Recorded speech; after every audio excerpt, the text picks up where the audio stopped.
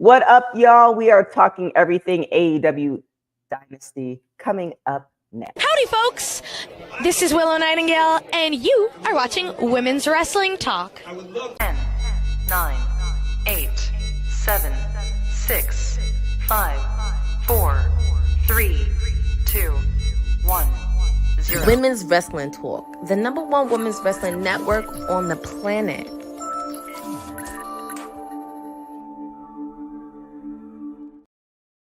What up, y'all? TK Trinidad here. What an amazing show, and we're going to talk all about it. Right now, we have some new co-hosts, some returning co-hosts, all that good stuff.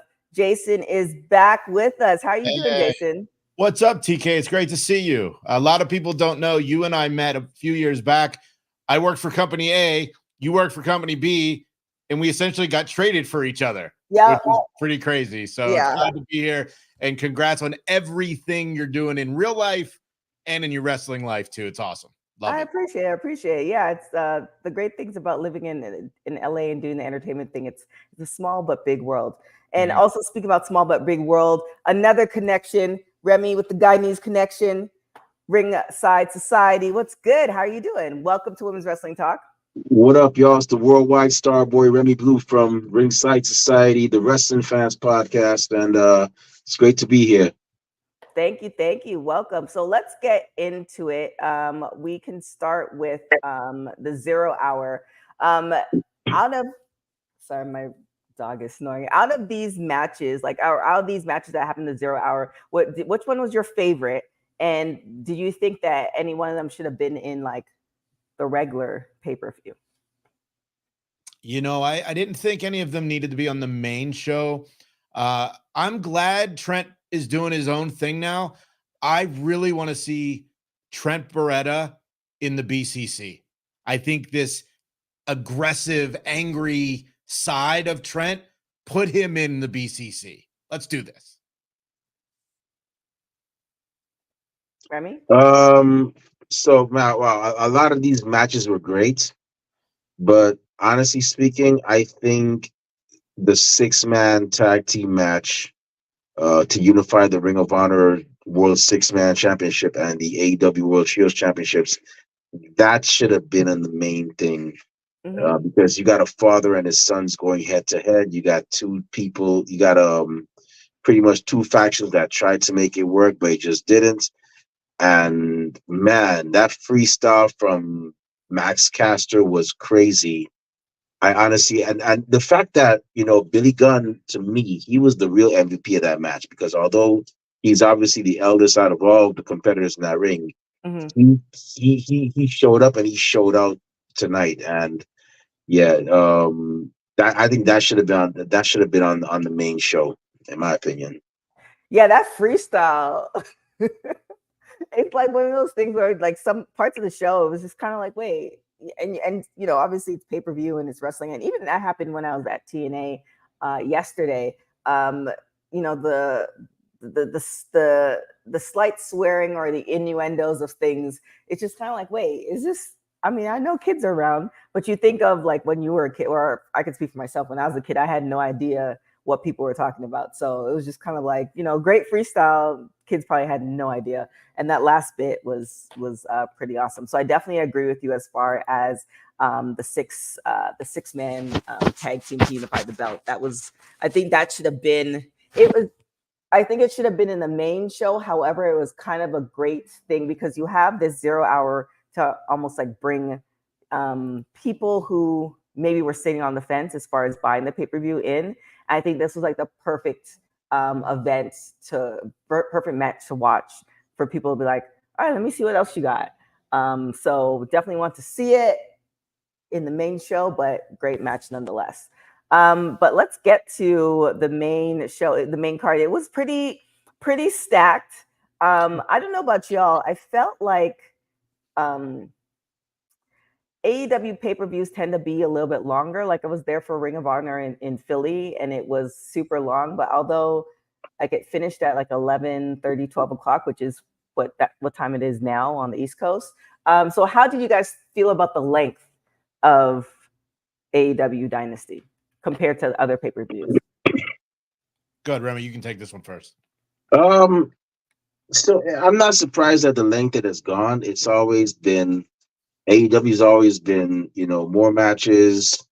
So for some reason, I don't know, maybe it's just me, but like WWE, they give you, and I don't mean to bring them up, but they give you, and for those y'all watching, this is by no means me starting a tribalistic thing. The difference I see is that WWE, they give you less, but they put more time into the matches, meaning like, you just see that it's more. But to me, they finish the same time as AEW, in my opinion. But AEW, they give you more matches, but at the same time, it's like their matches are like you could definitely like they keep you on the edge of your seat. So I'm okay with the length of it. I mean, getting out at 12 o'clock, the show ending at exactly 12 o'clock midnight. That's pretty normal for me. I mean, it is what it is. I mean, besides, if you're going to the club after 12, I mean, nobody goes to the club before 12. Let's be honest. Let's keep it a buck. Nobody goes to the club before 12. So if it finishes at 12, okay. I'm ready to go. That's my pregame. Gonna head to the club afterwards if you're into that sort of action. But that's what I think of the show tonight. Okay. All right. I'll take maybe because it was on the East Coast, and maybe that's, I mean, I don't necessarily go to the club at midnight, but maybe because I'm so used to it, shows finishing at like 8:30, 9 o'clock. Like yesterday, TNA, obviously not to bring up other promotions as well, but they finished at like 8:30, 9 o'clock. I was like, you still had time to do stuff. And so maybe it's the West Coast of me looking at the East Coast times that's kind of like, wait, like this is like, what are you going to do? At this time. So maybe that's what it is. But let's get into our first, actually, that's not our first match. But we can just talk about this match anyway. What did you guys think of this match for the AEW Continental Championship? There were so many moments that I literally yelled, holy shit, at my TV. I mean, from the Okada getting ready to make it rain, and then he came up with the middle finger, which was amazing. I'm trying to think there was the shotgun drop kick that Pac sold. It was just one of those things. It was like, and this is my corny, I'm not a dad, but this is dad joke 101 here. It was AEW Dynasty. That's how, get it? Dynasty, get it? That sell job was unbelievable. I couldn't believe how good. And I feel like Pac has 0% body fat. That dude is all muscle all the time. And he looks better than he did, 4 years ago when he showed up at AEW. It's insane. It was such a good match. So much fun. So I like this match because I enjoy this match because you look at Pac. Pac is always like the smaller, like most of the time. I'd say roughly 97% of the time he's always a smaller guy. But the guy just like he just packs a punch. He just keeps on going and going and going. Even when you think he's down, he gets back up and he keeps on doing his thing. And if Okada didn't put some respect on his name, he definitely put respect on Pac's name tonight. And I like the middle finger thing. That was cool. He was like, nah, you forget you people. I'm gonna keep my money. No rainmaking for you, man. But yeah, this was definitely a great match. I'm actually excited to see what I'm actually looking forward to seeing more Okada defenses in the very near future. I'm looking forward to it. I'm psyched. I would love to see a rematch. Give me another one. That'd be good. Yeah. So typically I didn't download this because I wasn't expecting the dad jokes, but just in case, we run into some more. All right. This is for you, Jason. I mean, I'm sorry, but it is what it is. You know what, TK? It's funny that you hit me with that because I can hit you with this. I got one too. When two people come from radio, it's like you need your drops. Where's the drops at? Where's the board? Okay. So I guess I gotta start this because I'm I'm up there in age. I'm not with all the I'm like Shawn Michaels with a computer. Like, I don't know about all those drops, you know. But yeah, I'll just be silent over here. No, man, I promise, no more from me. I mean, I've got some fun ones, but you know.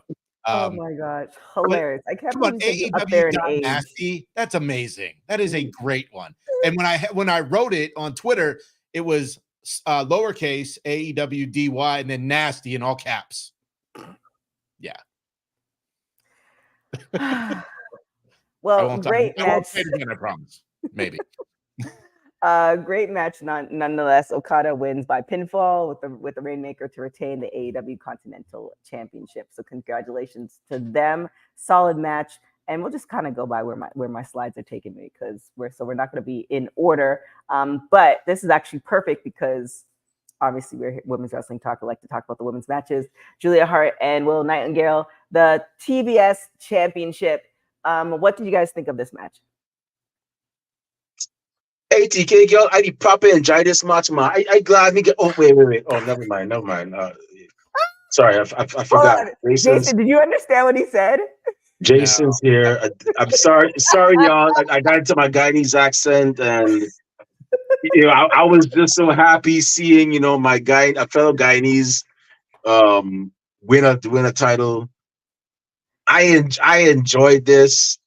The funny thing I like about Willow Nightingale is the fact that she's like Big E. She didn't have to go all like get mad and get all gangster and get all upset and break. She just went skipping all the way through, smiling and everything. Just you're seeing Julia Hart and Sky. She's smiling at them. You see Mercedes Moné. You're smiling. You're skipping, and she still won a title. So, and the woman can definitely go. I'm very happy for her. Not just because she's Guyanese. I mean, yes, that's a great plus. Because, like I said, like we all know here, representation matters. Right. And I was the same way with Ezekiel Jackson when he won his title several years ago. But I was very happy because, she did it and she didn't have to change. She had a whole puff of black mist blown in her face, and she was still skipping and smiling, and she still won a title. So I enjoyed this. Julia Hart was a great champion. Don't get me wrong. I'm only now. I'm curious as to what's next for her. But I know this now.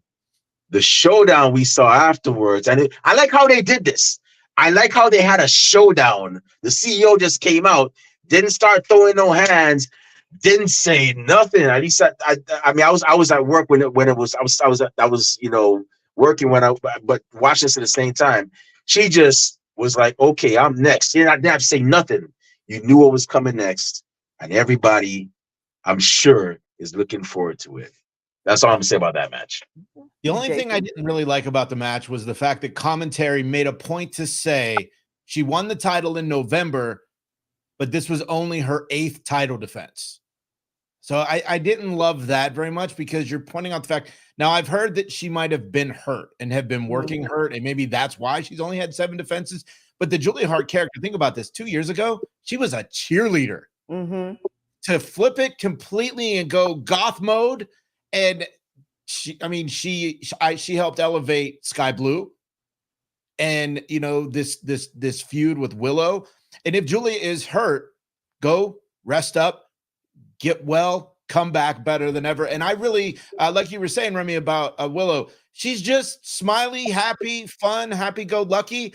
And with Mercedes, I'm not thrilled that Mercedes is only her first match is going to be for a title. But I guess when you're the CEO and you write you get the big checks, you can kind of write your own path or whatever that saying is. So, yeah. But the match was fun. I enjoyed it. It was fun, and there were some moments where Willow she wasn't as happy-go-lucky, which is great. It's kind of like she showed some versatility, and definitely because she's Guyanese. I love that fact. But JD pointed it out. Willow is one of the hardest working women in not even 2023. Before that, Willow's been on our radar as far as on the indie scene for a long time. She's been putting in the work. She's been on so many different indies. She was even at WoW. So well deserved. The whole thing with Mercedes, it feels like Willow is going to drop because Mercedes is the CEO and she technically is the I forgot what the NFL term is, but there's like the NFL term where Jason, you might know it's the NFL term where the franchise player. Yeah, franchise tag. So it just seems like Mercedes, like you have to get a return on your investment. So it feels like, I don't know about you guys, but I felt like Willow was gonna win against Julia. It just seemed like it was the timing of it, but it feels like Mercedes is gonna win at Double or Nothing, and that is a very short reign for Willow.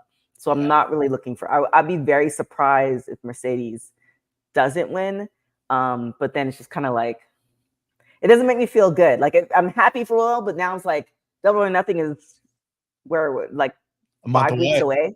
Yeah. So what kind of title reign is that? So I'm not excited about that. But I mean, they might surprise me. We'll see. But nonetheless, congratulations to Willow on the championship. Well deserved. So many hand claps for her. Let's go to Roderick Strong and Kyle O'Reilly. How do you guys like this match? This was hard hitting, very technical, and that's what I loved about it. And of course, the storyline with them being former friends.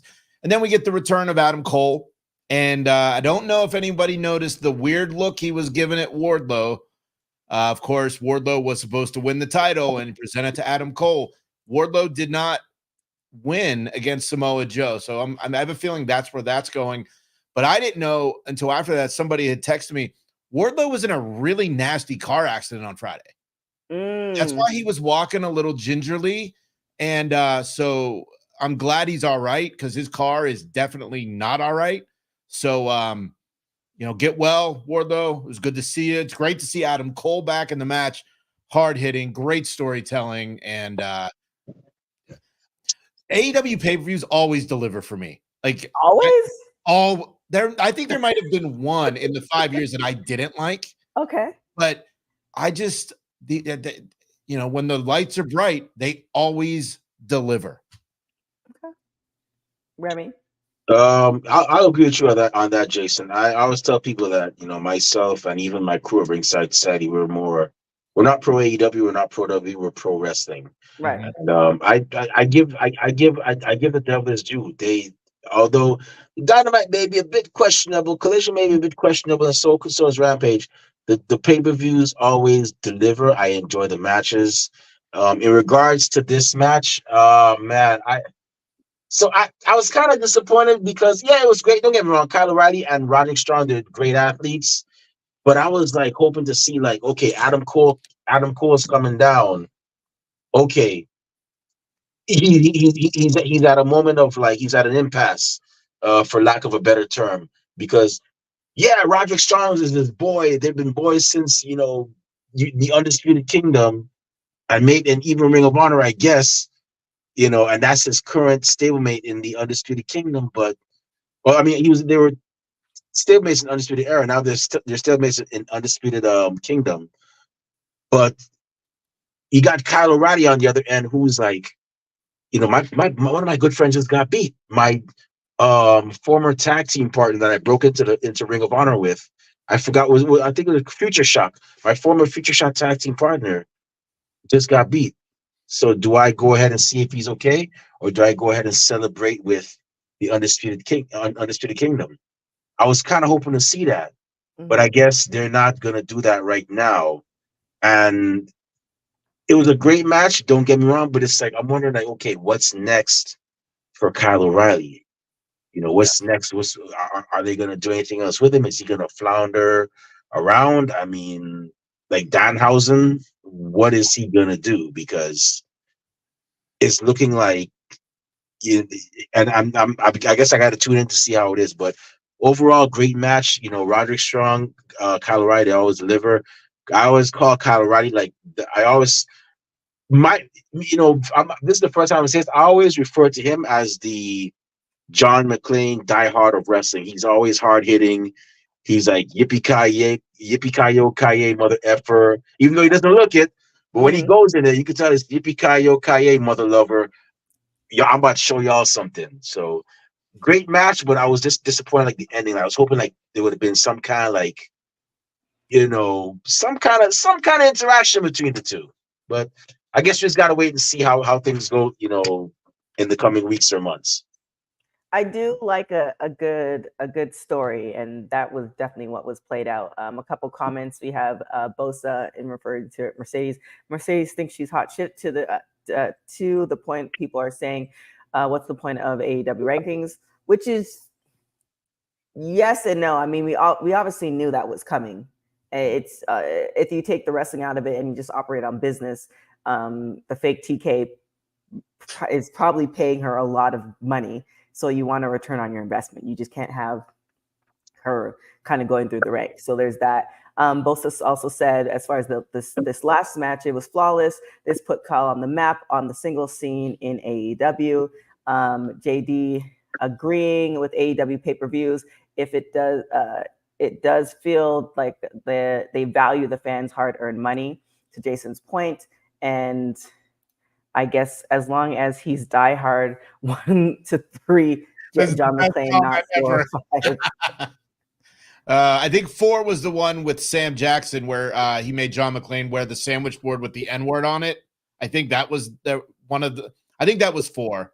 Okay. Yeah, but the first diehard. The only John McClane I actually go with is Die Hard 1 and Die Hard 2. I don't like think about Die Hard 3 too much, but Die Hard 1 and 2, yeah, those are the 2 types of John McClane I like. How many diehards? Because I think I've only seen 1. How many diehards are there? I think there's 5, and then there's like a harder and live hard and die harder or something like, which sounds like an adult movie, but like I don't. Honestly, I think I probably have to take off my shoes, which I can't right now, and probably count how many. And I lost count. I'm surprised he's still living. If you're dying hard all these times, what are you? Are you a human or are you a cat? Like really? Like what's going? Geez, I want to know his secret because geez, dying hard all these times. Like geez, like all right, I don't know. I got the official list: Die Hard, Die Hard 2, Die Hard with a Vengeance, Live Free or Die Hard, and A Good Day to Die Hard. That's your good day. Good day to die. Jeez. Adult movie. Okay. All right. Oh, Hollywood. All right. Well, there's some fun facts for Jeopardy's question. This match was really interesting. Hook versus Chris Jericho FTW Championship. What did you guys think of this match? I didn't like the crowd. I don't understand the Jericho hatred. I don't know what's going on or why that's happening. I thought it was a good match. I enjoyed the story. It was interesting that towards the end, one of the bigger pops of the night is when Taz stood up. They didn't show it on camera, though. Mm-hmm. That's the only thing that I did was like, you had an opportunity. Look, Chris Jericho, and it's funny that his lower third said that he's now the learning tree, Chris Jericho. I mean, I'm a fan. The guy's got so many nicknames and reinventions, but this story.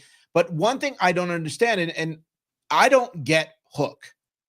It's like he's a tougher Orange Cassidy. Like he doesn't care, but he does care, and he eats potato chips.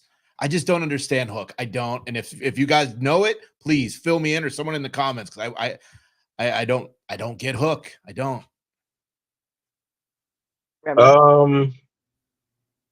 don't. I don't get him either. Okay, good. It's not just me.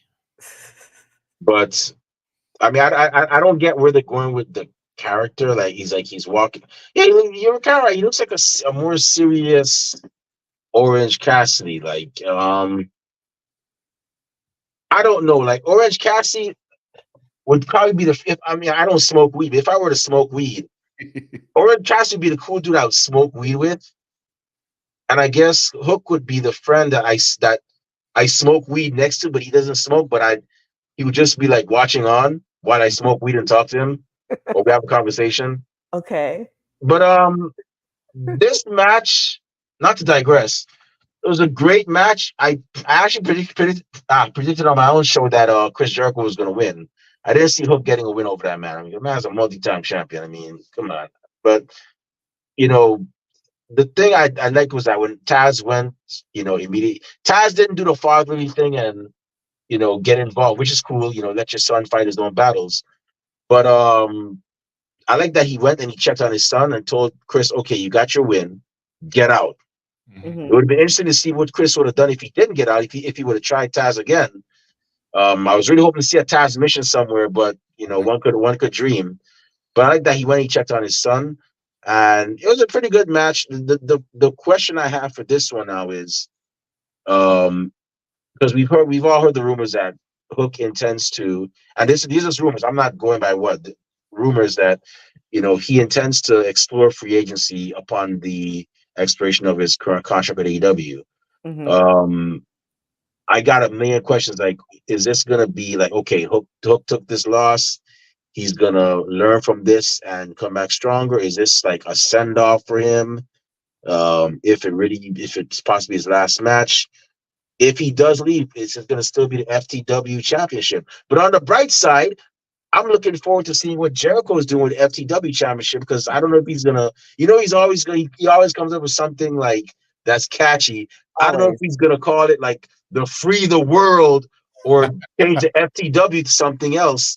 Yeah. I'm looking forward to seeing what he's gonna do with that championship, because I think with Hook, they're 1-1 now. So I think we could get the third match because Hook beat Jericho on Dynamite, I'd say maybe like a month ago when this whole thing started. So I think maybe we could get a third match. And what the real question here is, they've said from the beginning, the FTW title is not recognized by AEW. So why is it always defended on TV? Why is it always on pay-per-views? I've never understood that about AEW and the FTW title. JD say body world. oh, That's you great, might, JD. you might be onto something there. Fozzy, yes, he goes on a tour with Fozzy and he brings that title with him, and he shows the crowd it and they go crazy. Yeah, you might be onto something with that. That's good. That's real good. Bosa saying, I read reports Hook is wanting to test free agency. Fans just didn't give a shit about this. Bosa, you're really sweary this evening about this match. Hell, they don't rub it in their face. I mean, the Jericho win, I mean, I thought, or maybe I wanted Hook to win because it kind of felt like it's one thing if somebody takes you underneath their wing as the learning tree and you're appreciative of it, but if somebody's taking you under their wing and you're saying, nah, I'm good, then I feel like that person should be able to do better. And that's where the win would have came. I did like the fact that Jericho, when he got the bat and everything else, I was going to say the belt and everything else, he said he was sorry before he caused more damage to him. But yeah, it is interesting. Maybe I don't know. I was reading some of the comments, and I think one of them was from Andreas. He works for ESPN now, and he was saying that it just seems like anything that Jericho touches or people he wants to help, it just doesn't end too well.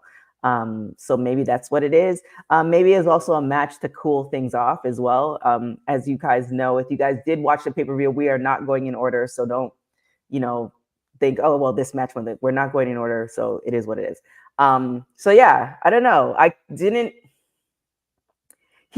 Jericho is great, but at what point, should he like, when do you think he's going to be hanging it up? I've been on a couple of the Jericho cruises, and this guy just goes nonstop over those 6 days of those cruises, the amount of appearances and things that he does. And he could probably go for another 5 years, Okay. and people are complaining about him being on the main card and Jay White being on the pre-shows, 2 pay-per-views in a row. Well, that's Tony Khan's fault, because Tony Khan hasn't booked Jay White like Jay White should be booked. Right. I think Jericho understands what his role is, to work with young guys. I mean, look, he worked with Max. He worked with Orange Cassidy. He worked with Sammy. Now with Hook. So I think he understands. He's the vet to try to help to get the young guys over. Right. And, with Fozzy going on tour and doing as well as they're doing, he can take some time off, pop back in with another name or another character or another era, this learning tree with his goatee, which he has. I don't think I've ever seen him with just a goatee. Maybe the scarf days he had a goatee, but I don't know what. But the fans just aren't into Jericho right now, and I don't understand why. Because the guy's great for business. Yeah, I don't know. I agree with both. Of mixed feelings with this, but like we said, or if you guys couldn't guess, Jericho took the win, and then also just to go back, I didn't tie that up. Roderick Strong wins by pinfall with the end of Heartache retaining the AEW International Championship. So that leads us to this match, which was crazy. Will Ospreay and Bryan Danielson. Bonkers. Wow. Yeah. What do you guys think? Man, this match was lots of back and forth, two different styles, that were actually used to the extent of to the best of their ability. I actually enjoyed it. Will Ospreay definitely proved that not only, yes, he may be what people call a flippy floppy guy, a flippy, people they like to call high flyers, flippy floppy. Although you see the same thing in Lucha Libre if you look at it, and they don't say nothing about that. But he definitely proved that yes, although he is a high flyer, he's not just that. He can definitely go ground for ground, and he can definitely go for the long haul. I like this match a lot. Both men hit their finishing moves, both kicked out. I was like, what? Mm-hmm. I couldn't believe it. And then I remember there was one point where Will got back up like the Undertaker. I'm like, what is it? Is he trying to like send a message to WWE? Because I know he has that thing with Triple H, where Triple H apparently he said he can't live up to the grind. I guess he took Triple H talking to him, and so I guess he was imitating a WWE guy, and that part got me, and it was overall a great match, definitely a classic. I hope Bryan Danielson is okay, because I mean, it looked like a nasty fall he took there. Yeah. In regards to his neck. I'm sending positive vibes to him and his family. I hope he's okay, because although I appreciate a great show, I'm always about safety and health, and that looked kind of nasty. I think I heard him groaning as well too. Yeah, it was. But It didn't sound good at all. let's hope that he's actually in good spirits after this match, in great spirits after this match. But definitely a classic. I'd put it up there for last. I'd put it up there with like Okada and I guess Kenny Omega, or I'd put it up there as a classic for one of the classics for the last 10 years. So I enjoy this one. Ospreay can't miss. The guy is just so good at what he does in the matches. He always has great matches. I'm curious though, because obviously it looked like Danielson's shoulder popped out or maybe dislocated, and then Ospreay didn't know, and he hit him again. Like you could see the refs and the refs like getting doctors in there. Right. I'm curious though, because the way they've been playing this up on TV, at least especially on Dynamite on Wednesday, was the Callis family came out to help, and he's like, no, I don't need your help. I don't need your help. I thought maybe this was going to be the night Ospreay got kicked out of the Callis family. Callis on commentary was perfect because he just kept taking credit for everything, which was amazing. So I know a lot of people don't like Don Callis, but he adds so much to this. Hopefully Bryan Danielson's okay, because that looked nasty. And he was just like saying, like, they were trying to keep the camera far enough away, but you could still hear him. It was F word. Yeah. But they got him out, and they said he went out on his own feet. Yeah, he was walking on his own feet. Stretch him out or anything because they had to get to the tag match. But an amazing match. Ospreay can't miss. I mean, so good. And I'm new to the Ospreay's game. I didn't really watch a lot of Japan or England and stuff like that. So I'm glad he's here. The whole didn't want to embrace the grind made me laugh, and then the whole grinding on the boss's daughter made me laugh even more. So 7 stars. We'll give it 7. 7 stars. 7. Both are saying it was a bad bump, but interesting to see how commentary was trying to cover it up. even though Will and Doc Samson checked on him when the 3 count happened. Yeah, it seemed pretty bad, but I mean, to me, the good news, not the good news, to me, when you don't see the stretcher come out, like it's like, okay, you know, it could be on that scale, but when you see the stretcher come out, that's just never a good sign because it's dealing with your back and neck and all this, all that situation. So, before you move on to the next one, I have the presser on in my office here. Tony Storm just looks disheveled and like, oh my God, it is hilarious. I can't wait to watch this later. She's the absolute best, the best character AEW has right now. And we can actually talk about that match too. Oh, okay. Now, before we get into the match, how far do you think this Tony Storm character will go? And I mean, it's not like I have a problem with it. I think it's great character. I mean, TNA has a lot of characters, not similar, but characters that are not, you know, the normal everyday characters. But how far do you think timeless Tony Storm is going to, you know, be around? I'm sure everyone's going to think I'm insane with what I'm about to say. Okay. It could go on forever. Well, think about it. What era, what years do we think this character is in? We'll say the 50s, the 30s. Yeah, like the 30s. Okay, so the 30s. She does this for another 2 years. Right. Then she goes to the 40s, then the 50s, then the 60s, then the 70s, the 80s, the 90s, the 2000s, the 10s, the 20s, and then in, I don't know, 2054, she's in 2024. This character could literally go on. It's literally timeless, TK. Come on. Oh my God. I am making total sense right here. I don't even know. I'm just like trying to envision. I don't even know what to say. JD Tony Storm? JD says love what Jason's cooking with Tony Storm. I would say this. Tony Storm, people like Tony Storm are good examples of you getting a fresh breath in another promotion, because we weren't seeing this before. And she just pretty much reinvented herself from the punk rock chick to now she's a superstar of the silver screen. And I like it. I like what I'm seeing. I mean, I like the reinvention. I think she's doing really well. So it's Tony Storm against Thunder Rosa. Tony Storm came out on top, which I don't know. I feel like this was Thunder Rosa. Maybe they're gonna run it back. I feel like Thunder Rosa, she did a whole, not a whole new revamp, but a revamp of a revamp. And I thought this was her time. The match was amazing. I think learning from being champion before that this time around would be a lot different if she had the opportunity.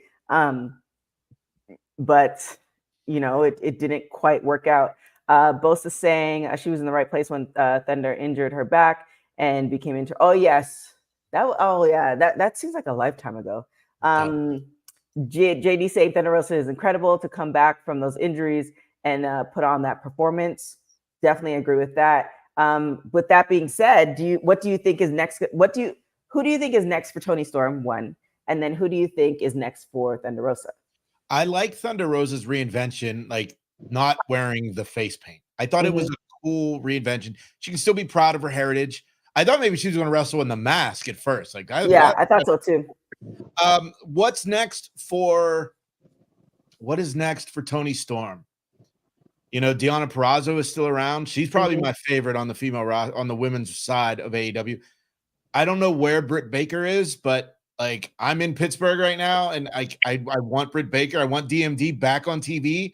Agreed. Maybe she shows up. Maybe big surprise on Wednesday. For Thunder Rosa, maybe she could battle with maybe Mariah May a little more to try to get back to Tony Storm, or maybe Jamie Hayter maybe is a return, or we've got Sky Blue, and there's so many options with the AEW women's division, but unfortunately they don't know what they're doing with the women's division. It has been so mishandled, and it's so frustrating. So I will go a return to Britt Baker for Tony Storm. Okay. And for Thunder Rosa, Deonna Purrazzo, because Thunder said, I don't need your help. I don't need your help. But Deonna came out and helped tonight. So I'll go Deonna, Thunder Rosa, Britt Baker, Tony Storm. Do you think it's a better play for Thunder Rosa to be in play for like the TBS championship eventually? Well, eventually, yes, but I think we all know where that's going. Yes, unfortunately. Mercedes and don't get me wrong, I like Mercedes. I just when you see the writing on the wall, and of course, I mean, pun intended, there might be a swerve, and Willow might retain. That'd be awesome. I just don't. I wouldn't mind. I wouldn't mind either. I just don't see it. Like I just don't see it happening with, because it's Mercedes Renee. So I just don't see it happening. I'm a big believer that wrestling is better when there are surprises. Agreed. So the surprise of Willow retaining would be awesome. Yeah. Surprise returns or someone we don't even know right now. I love wrestling surprises. That's sad that there aren't really too many of them anymore. And I think there are quite a few. I feel like, did you guys did you think Tony was going to retain, or you thought that Rosa was? Oh, okay. I think I said Tony was going to retain. I can't remember what I said on my prediction show, but it might have been Tony retaining. I'm all for her retaining. I don't mind. Like I said, I like what she's doing, and I don't know. Maybe it's just me, but I think for some reason she reminds me of Jessica Simpson. I don't know. I don't think she knows that either. But when I see her, I see Jessica Simpson, and I'm like, yeah, with the right hair done. Yeah, I could definitely see that. But yeah, we'll see what happens. So, like I said, Toni Storm retained. She is still the AEW Women's World Champion. Then we're gonna go to Young Bucks and FTR. What do you guys think of this match? Wow. Oh snap! The Rockers versus the Brainbusters. I enjoy this match, man. Yo. Let me stop before I piss off somebody. Please keep going, because I love it. This is the whole Toni Storm can go through the decades with this character and go on forever. Please, let's go. Rockers and Brainbusters. Cops call us 1985. Could you imagine if R-Truth had seen this? He'd be like, hey, yo, if he had seen both tag teams, he's like, he sees Matt and Nick. He's like, hey, Marty, Sean, I hope you guys beat Arn and Tully tonight, man. Sean, I know you're anxious to go solo, but I think you guys can really win the big one as the Rocker. I could imagine R-Truth saying something like that. And they're looking at him like, what? Oh, that's funny. Oh, R-Truth, such a gem. But in all honesty, this match, I enjoyed it because it was two styles, and in actuality, yeah, it was a bit like the Rockers versus the Brainbusters, because you got Young Bucks, who were actually partially trained by Marty Jannetty. Mm-hmm. A lot of people don't know that. And then you have FTR, who were at one point managed by Tully Blanchard. So I like this. It was a clash of styles, pretty much, but it was a great show going on. They gave me a brief trip back to 1990 when they hit that superplex off the ladder, and followed by a splash a la Power and Glory. Oh yeah. For those of y'all that don't know, they were a tag team from like the early 90s. Shout out to Paul Aroma, RIP Hercules Hernandez, but they used that move too as well. And I was like, wow, that was impressive. But I predicted the Young Bucks winning. I also predicted had a feeling Jack Perry was going to come back and do what he did. Scapegoat Jack Perry. No more Jungle Boy. He's scapegoat now. And it's interesting to see where they go from here on out. I'm actually looking forward to seeing what this new stable is going to bring. But I predicted Matt and Nick actually winning. And for some reason, I made reference to the Rockers, but for some reason, when I see them, they remind me so much of this. I don't know if y'all remember this stable, the York Foundation, which comprised of Tommy Rich, who was known as, who then started calling himself Thomas Rich, and Ricky Morton of the Rock and Roll Express, who started calling himself Richard Morton. and they remind me so much of that stable. And of course, Terry Reynolds was in that group too. But Yeah. when I saw them, that's what they sort of reminded me of. So I'm excited to see where it goes. I'm excited and curious to see where it goes from there. I know it's going to be a lot of great things, Mm-hmm. and I know eventually we're going to get, God willingly, we're going to get Kenny Omega coming back, and then we're going to see where all this goes because they fired Kenny, and we all know Kenny's an original member of the Elite. So it's going to be interesting to see what happens if he decides to come back, if he comes back, and to in-ring action. When they did that Power and Glory move, I thought they were going to try to do a shatter machine from off one ladder to the. I really thought that's what they were going to do. That'd have been crazy. I'm an FTR guy. However, I'm glad the Bucks won because if FTR would have won the titles, it would have been a boring title reign. Now with the EVPs who have all the power anyway, having the titles and even more power, I think it's great for television. I think that, like I said, as much as I love FTR, that match was insane. I was at the first Double or Nothing when they had the ladder match. It was the Young Bucks against the Lucha Bros. And being there was insane. And I couldn't even imagine if I was in St. Louis tonight watching that match live, because every time you turn around, it was a car crash. It was a car crash, and then there was another one. And then a couple minutes later, there'd be another one. And it was like so sequential, and it was awesome. But this story makes sense. The EVPs are in charge. Why wouldn't they have the titles? Why wouldn't they be the champions? They call the shots. They make the rules. But I can't wait for the day they realize a CEO ranks higher than an EVP. That's what I can't wait for. It's fact. It's fact. I mean, they're so what do you think? What are you gonna say?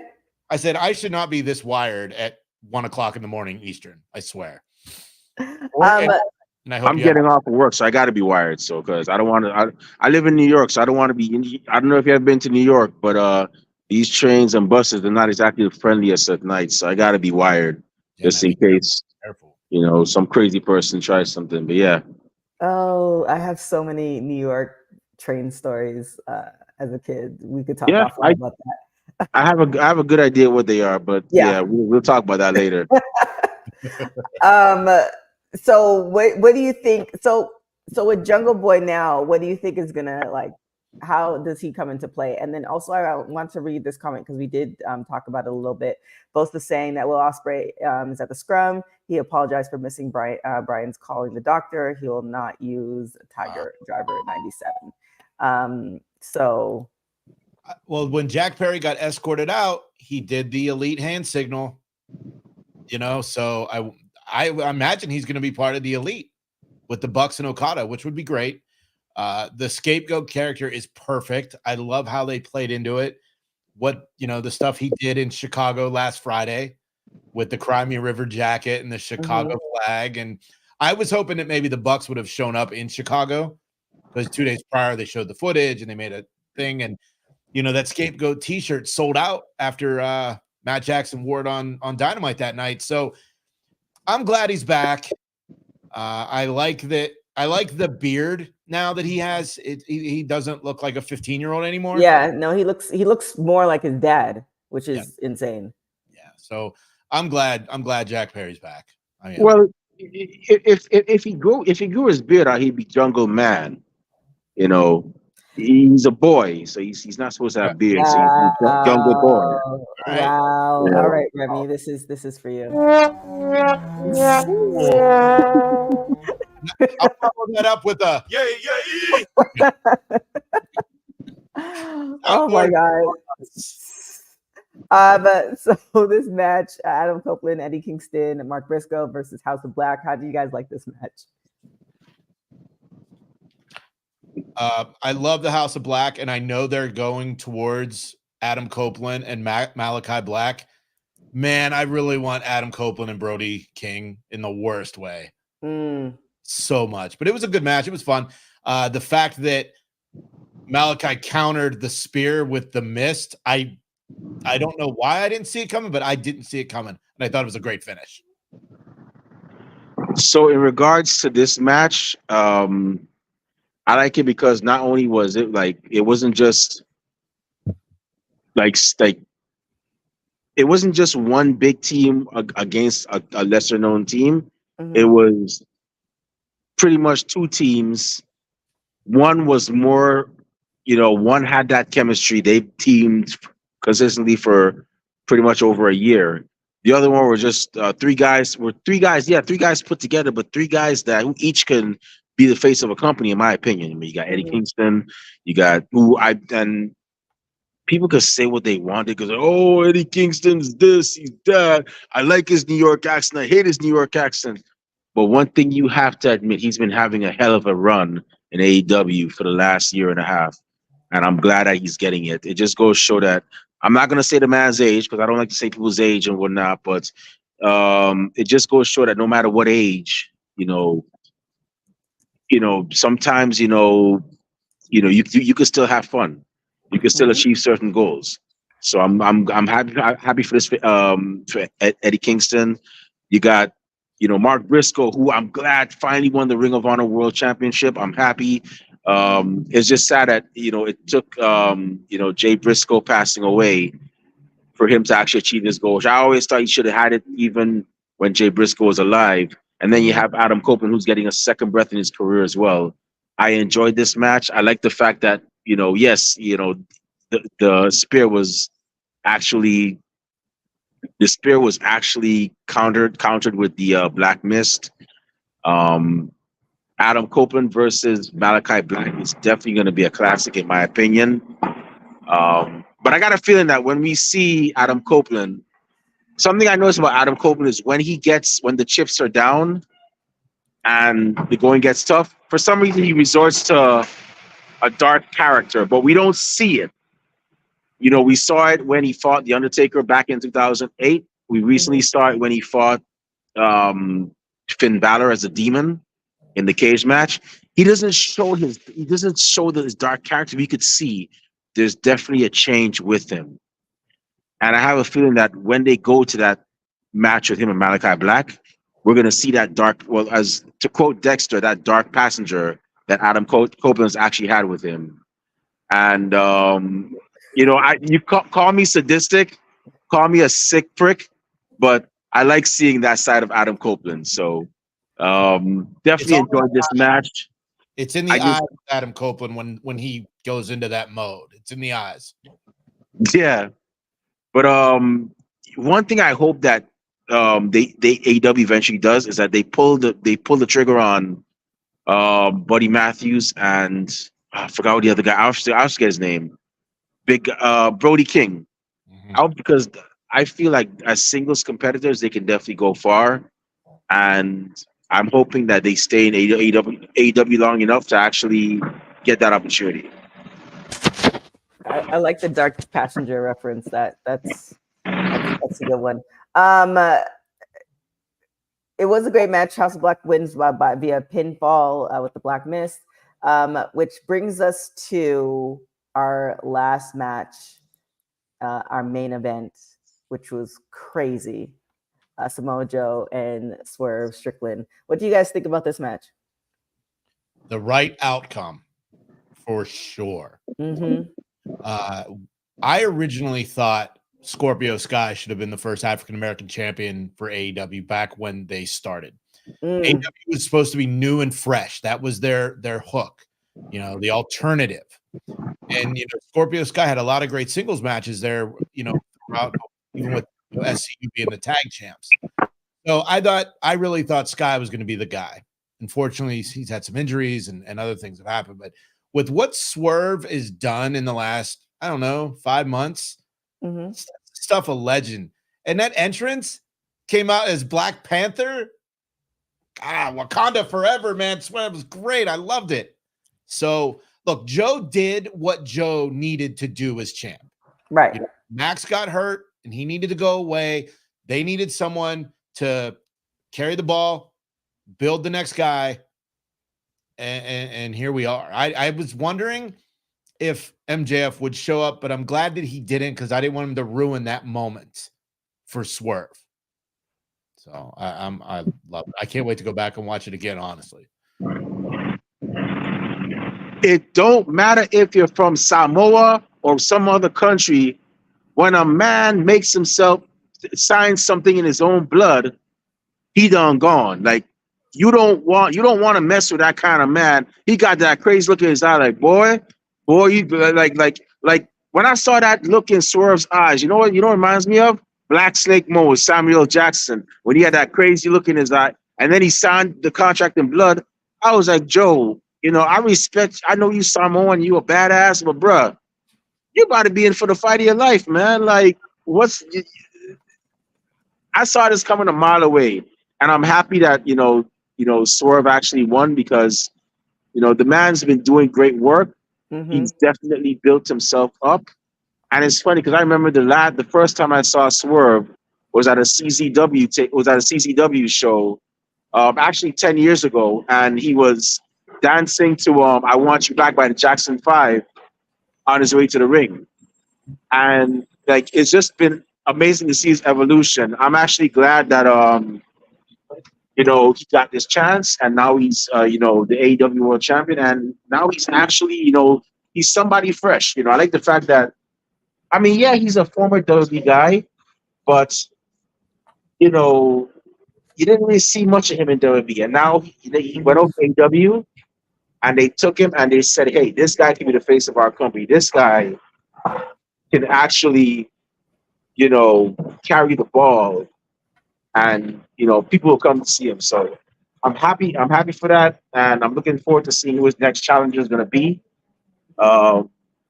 Question is, who's going to step up now? Who's going to be next challenger? Is it going to be Samoa Joe coming back for a rematch?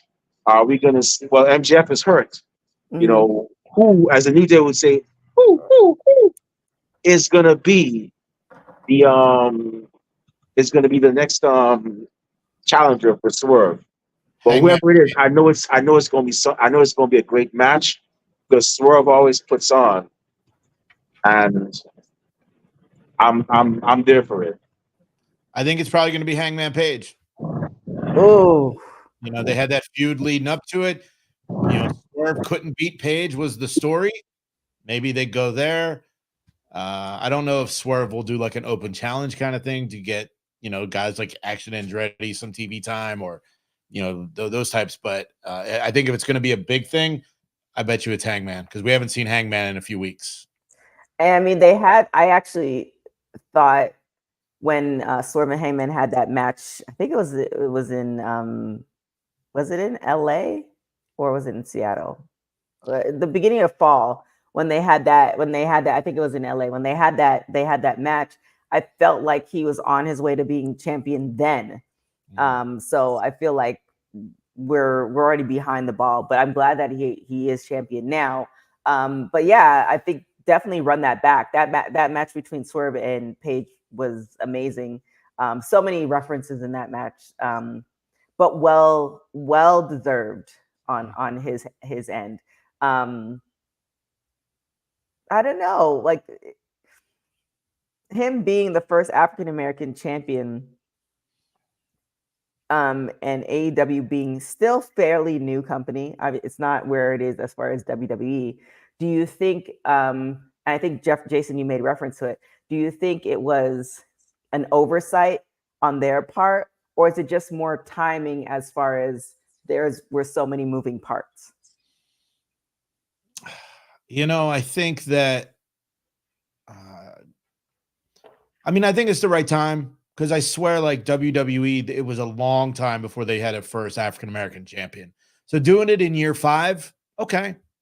You got to have the right guys. You got to be the right guy, right time, situation. And look, here we are. Like I said, I wanted Scorpio Sky. Mm-hmm. I'm sure somebody out there wanted Keith Lee when he signed with AEW. Mm-hmm. It's Swerve. And here we are. I'm just glad it's here. It was a great moment, and it was a great match. So, TNA did it in 1 year. If you want to be honest, with Ron Killings. Then again, they were under the NWA at the time, but still, it's really impressive. JT saying Swerve should be champ for at least a year. Yeah, I think I'd be. Like I said, with Willow, I think we see the writing on the wall as far as her dropping. With Swerve, I feel like he should have a long title run. I think people would be, if I would be upset. I think people would be upset just because I feel like he should have got it last year. Now we're here, he has it. You can't, if you have a short title run, it's like, well, what are we doing? I think somebody made reference that when AEW is in the UK, Ospreay will become champion. God, that match will be amazing. It would be amazing. Yeah, we'll I don't want him to. I don't want Ospreay to win that one. I just think I can't wait to see that match. Yeah, I mean, yeah, and you also don't. We can all get into a tangent as far as the fake TK's decisions with things, so we'll leave that alone. We'll leave that alone. But with that being said, overall, as far as the pay-per-view, any final thoughts? What you liked, what you disliked, what you're hoping for, all that good stuff.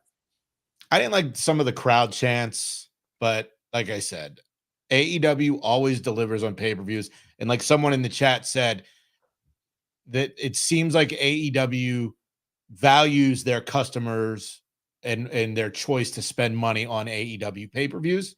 Mm-hmm. So they make sure they deliver with great matches.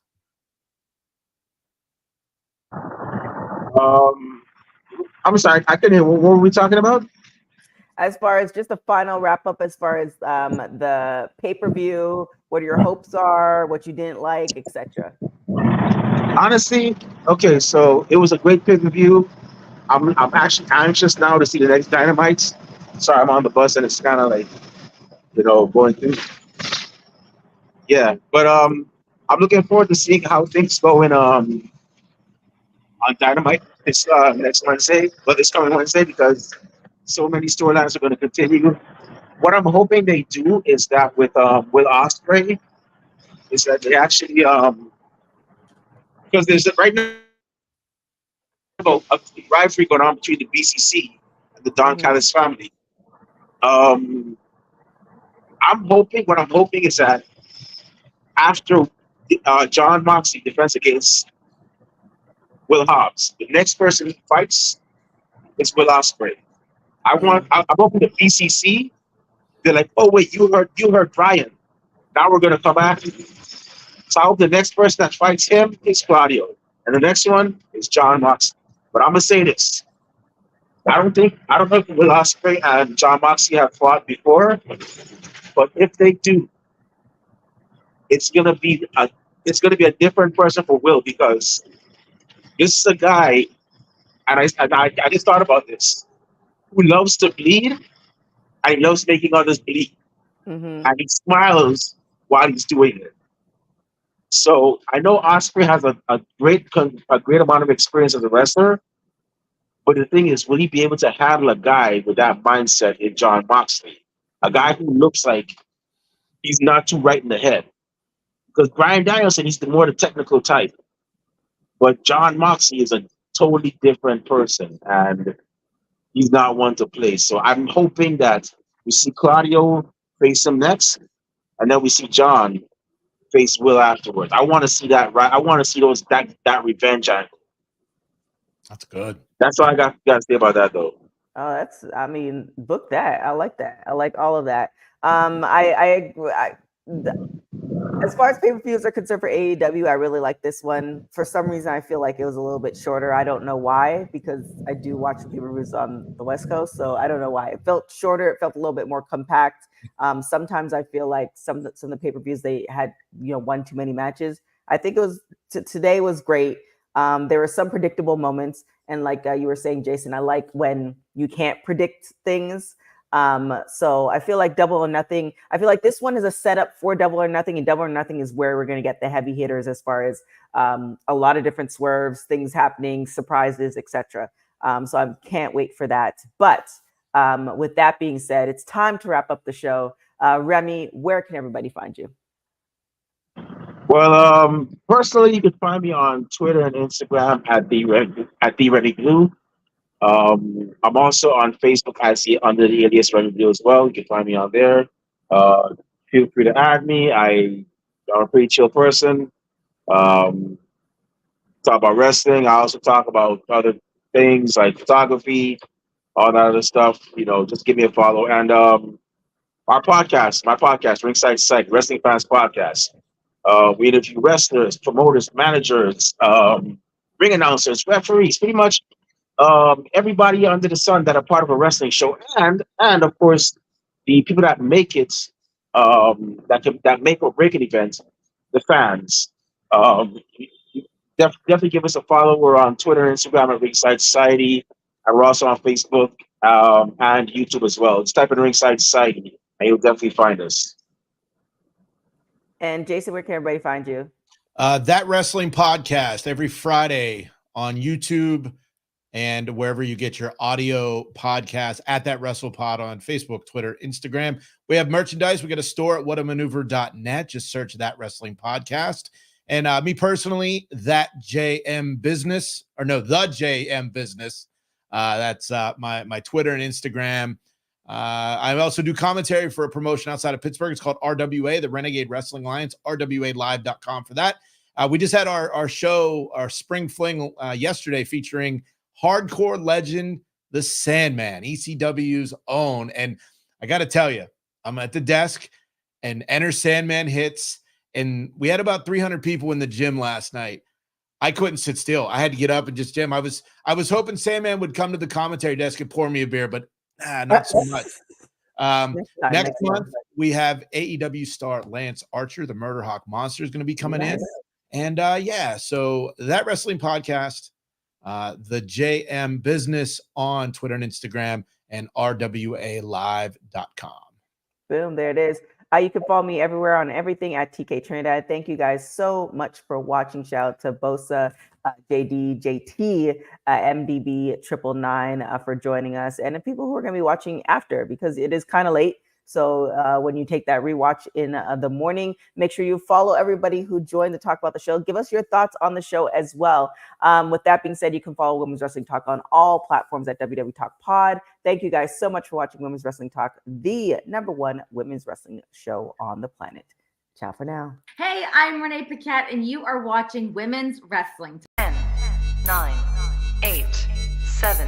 Thanks for joining WWT. Don't forget to like us on all social media platforms at WWTalkPod. Like and subscribe on all video and audio platforms, like yesterday, my G. And check out our website at www.talkpod.com. Thanks for watching Women's Wrestling Talk, the #1 women's wrestling network on the planet.